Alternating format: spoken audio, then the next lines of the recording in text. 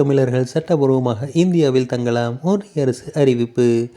இலங்கை தமிழர்கள் சட்டப்பூர்வமாக இந்தியாவில் தங்கலாம் என ஒன்றிய அரசு அறிவித்துள்ளது.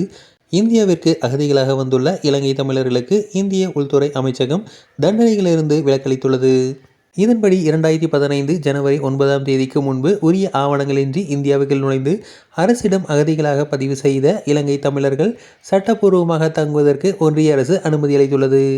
இலங்கை தமிழர்கள் அகதிகள் செல்லுபடியாகும் கடவுச்சீட்டுகள், பயண ஆவணங்கள் அல்லது விசா இல்லாமல் இருப்பது கண்டறியப்பட்டால் அவர்களுக்கும் தண்டனை வழங்கப்படாது என்று ஒன்றிய உள்துறை அமைச்சகம் தெரிவித்துள்ளது.